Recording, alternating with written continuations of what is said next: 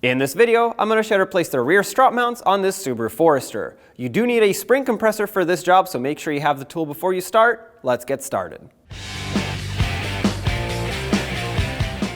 Use a 19mm socket and remove your lug nuts, then remove the wheel.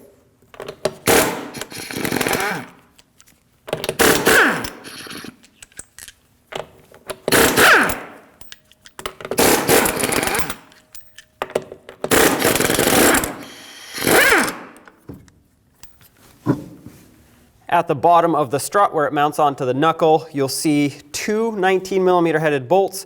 For me, this one's different. This is a custom modification on this, so we'll just assume that it is a 19mm headed bolt. Use a socket on the bolt head side, and you'll have to hold the nut with a wrench, also 19mm in size. Loosen up the mounting bolt.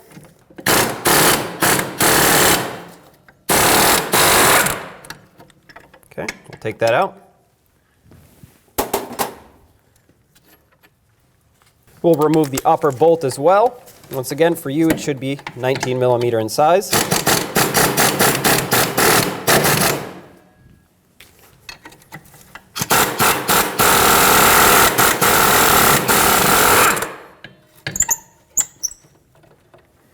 Tap this out.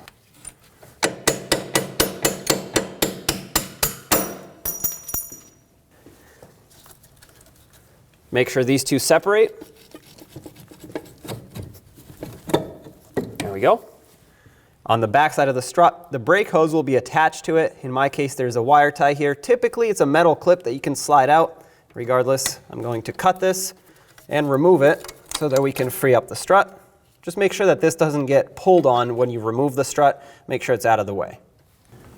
The top of the struts are mounted right underneath this plastic trim piece. Our privacy cover is missing and the back seats are already folded. So with a trim tool, a plastic one so you don't damage anything, pry up on the cover and then pull it out of the way. And underneath here, you'll see where the strut mount is mounted. Use a 13mm socket, remove all three mounting nuts that hold the strut onto the strut tower, and when you take the last one out, just be careful that it doesn't fall and hit the ABS wire or anything else that's delicate down there, because it will want to drop down.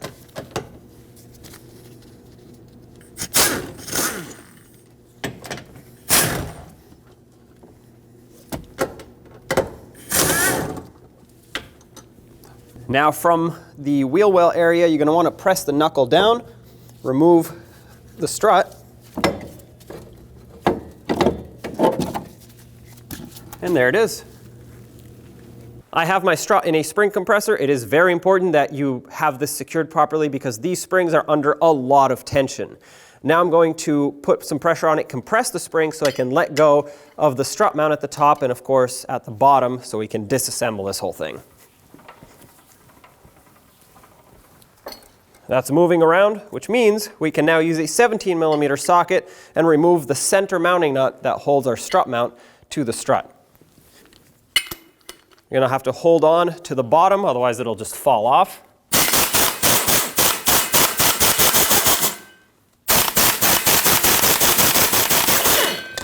All right, if you have a power tool, it makes things a whole lot easier because little bursts of impacting will typically get this mounting nut right off, and out the bottom comes your strut. And this is your strut mount. Now let's take the boot off of the old cap. So turn it counterclockwise and it'll basically unlock from these little notches. Pull it out. This is where it locks in. We'll set this aside. Inspect this to make sure it's still in good shape. Mine's in great shape, so I'm just going to reuse it. Of course, if yours is not, source a new one.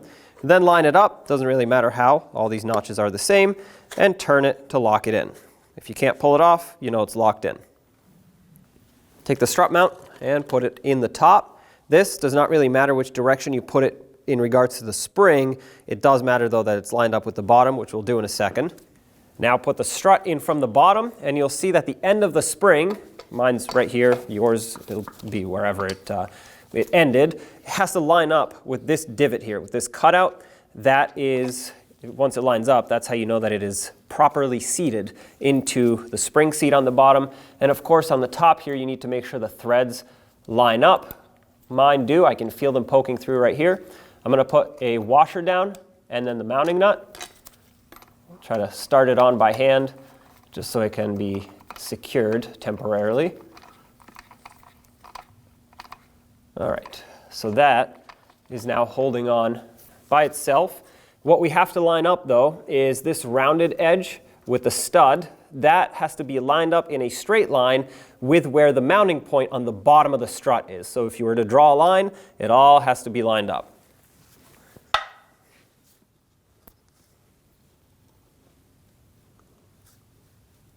Doesn't have to be 100% perfect, but the closer you get it, the better it is, so that you don't have to maneuver things around as you try to install it in the vehicle. Once you get all this lined up, let's tighten this up. I have to hold this in place. Okay, so mine spun a little bit. That's okay. You can either spin it by hand. The problem is if you release pressure here, the spring will push it so much that it'll be difficult to spin by hand, which is why it's important to keep it lined up as you work and before you actually install it. The torque for this mounting nut is 41 foot-pounds. Now the only way to torque it is if you have a socket that's made especially for this, so it's actually cut out in the center, so you can hold the center of the stud with an Allen. I do not have that socket, so what I'm going to do is just make it nice and tight. 41 foot-pounds, especially if you're using a power tool, is not that hard to achieve. That should be plenty tight right there. So at this point, we're going to make sure it is centered up just the way it should be with the bottom and release pressure.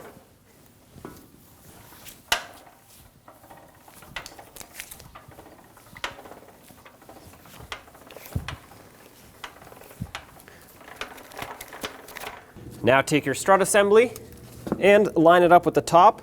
Make sure, of course, you don't hit anything here, like your ABS wire, brake hose, anything like that. And it might be a little difficult to get it to line up. If you don't get it to fit here, you can press down on the knuckle to make some space. There we go. Now, with one hand, after the strut went through, hold it and put at least one mounting nut on, which is going to be enough for you to be able to let go and start on the other mounting nuts. We'll snug up these mounting nuts. We have to torque them at the very end when pressure is applied upwards on the strut, so we'll just leave them snug for now.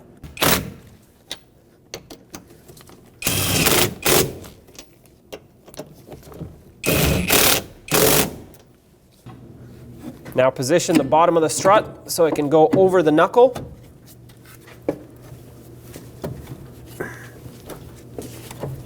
There we go.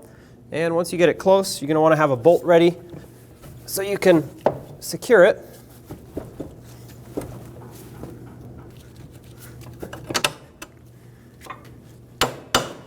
Let's get the upper bolt in.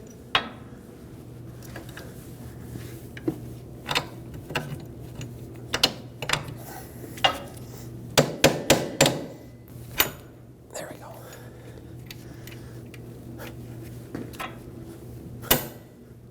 Get your mounting nuts on.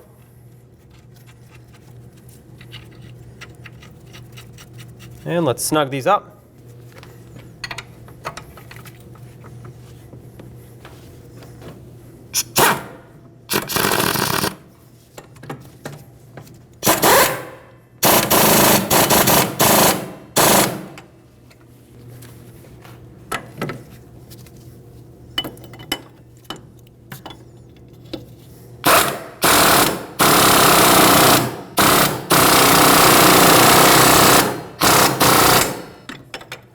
All right, now let's torque them. Let's torque these bolts to 148 foot-pounds.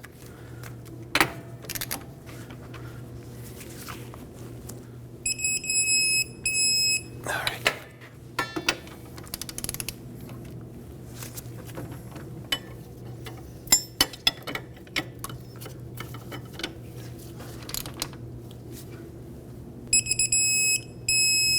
All right, now it's torqued. Now let's put the brake line or brake hose back on the bracket. and I actually have a replacement clip for it. So I'm going to make sure that it is actually properly fitted in there. Slide my clip in, and these, all you do is you just hammer them in, and that is locked in tight. Put the wheel on, put all 5 lug nuts on, bottom them out in a cross pattern, and also in a cross pattern, torque them to 66 foot-pounds.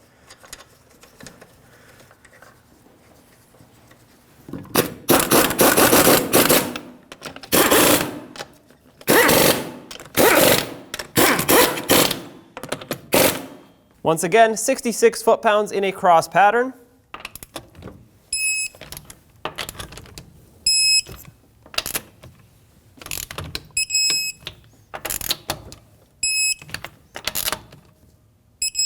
We'll double check them.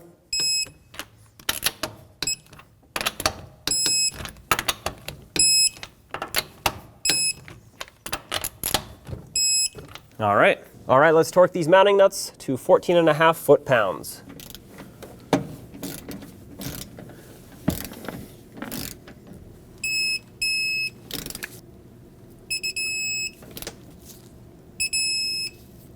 Now let's put the cover on.